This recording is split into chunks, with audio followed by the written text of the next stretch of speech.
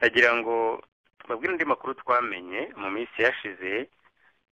Kagame arimo arakora dira muribuka ibintu byo kwa Rwigara ntibijya birekeraho, ntibijya buri gihe bigenda bigaruka. Hari ahantu basanze barimo arambagiza ngo anashobora gukora urubanza rw'itabi muri Malawi akaba ariho ngo ashaka gushyira uruganda rw'itabi, ndetse amakuru dufite ngo akaba ariho bashaka ibikamyo bizanyura muri Tanzania byikoreye ngo izahoze ari imashini cyangwa imashini zahoze mu ruganda rwo kwa Rwigara bikabijyana muri Malawi aho ashaka gushinga urundi ruganda rutunganya ibikomoka ku itabi. Nawe mumbabarire mumbwire nini yuzura ukuriya niko yasama wiyeza miliyoni kakaki ya kabiri wayibonetse ya gatatu. noneho aravuze ati kubera ko twavuze ko Mukamira ariho bashaka gushyira biriya bintu, twamaze gutahura biriya byuma yuko ariho bashaka kubyimurira, barimo batangiye kubishingura. Ni ibintu binini, ni ibyuma binini. Ababibonye bavuga yuko noneho ariho bashaka ibikamyo bizagenda bibikuruye kandi ngo bizaherekezwa n'imodoka ya gisirikare kugera ku mupaka wa Rusumo, kuko ngo ni ibimashini binini bizajya kuri bya bikamyo bimwe bigishobora no kwimura n'inzu, gisenge cy'inzu, bakabijyana muri Malawi. Ntabyo yaguze, ntabyo nta handi hantu ntiyabivanye no mu yandi mahanga, abivana mu byahoze ari uruganda rwa Rwigara. Abantu ntibashobora no kumva rwa bushingiri koko rurya ntiruhage. Umuntu udashobora kugira isoni n'ikimwaro akafata ibyo bintu ngo noneho ngo byo ngo bizamufasha, ngo kubera yuko nta muntu uzabimenya. Ababikoraho barabivuga.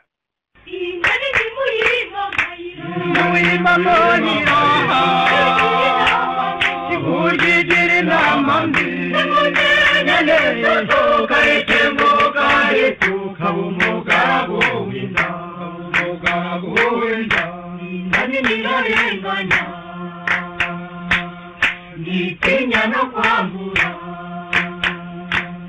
ikandiri bendeye byambamburwa ndagapfa ibitwarika mu biti.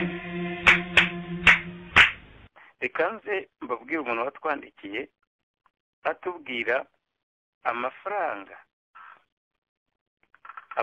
Kagame ntabwo kuko azigera ahaga na rimwe. Murebe amasosiyete yose ari mu Rwanda yitirirwa Kagame, ndetse yose ayo bita ko afatanyije n'abantu nabo bita abashumba, ariko ntabwo ari ayabo, nta n'uruhare bayafiteho. Sobanukirwe n'uburyo Kagame n'abambare bigaruriye ubukungu bw'u Rwanda basahura muri kompanyi, amakompanyi agize Crystal Ventures n'andi. Noneho mwumve ayo amakompanyi agera kuri 40 nabo bita ko ari abashumba. Ijya mbere Investment Bank Mauritius ni ya Kagame, Inyange Dairy ni ya Kagame ngo na Jeannette, Mutara Enterprises na Kagame, kandi bya Kagame ndetse kujya bivuga ahubwo nge mvuga uwo bafatanyije. Rwanda Cement Kagame yafatanyije na Mbundu Faustin, Bank of Kigali Kagame, Ecobank, Liquid Telecom yahoze yitwa Rwandatel bafatanyije ngo umushumba ari Sam Nkusi, Horizon Sopirwa Paul Kagame, East African Granite Paul Kagame, Rwanda Metals Paul Kagame, Gorillas Hotel Kagame, Sakirwa Industries Jeannette Nyiramongi na Richard musaza we, Sakirwa Petroleum Richard Murefu, Wasake isoko ry'umuriro ryahowe Maurice mwisho wa Kagame nta piganwa yigeze ribaho, Kigali Marriott Paul Kagame, Akagera Game Lodge Paul Kagame, Novotel Umubano Paul Kagame, Kigali Investment Group Kagame, La Police Group Jeannette na basaza be, Palm Hotel Kagame na Rusera, MTN Rwanda Misingo Shares zose za Kagame, Wolfram Mining Gisenyi Jeannette Kagame, bikaba irimo n'uwitwa Kalima Jean Malique, Imprimerie Nationale Paul Kagame, Kigali City Tower Kagame atari na afatanyije n'umushumba atari Sekoko, Simerwa Kagame na RIG, Nyungwe Resort Kagame, Debden Investment Paul Kagame afite umushumba we yari Ndahiro na Sekoko na Ndengeye Ingoma, ngo ni Bere Ndengeye Ingoma, Pesherie du Lac Ihema Cyaga n'ibikirimo James Kabarebe umushumba, Gorilla Nest Paul Kagame, Ndamuvunyi Paul umushumba, Sports View Hotel Paul Kagame, Gare ya Kigali hatari Sekoko umushumba wa Kagame, Yogopogo Cyomoro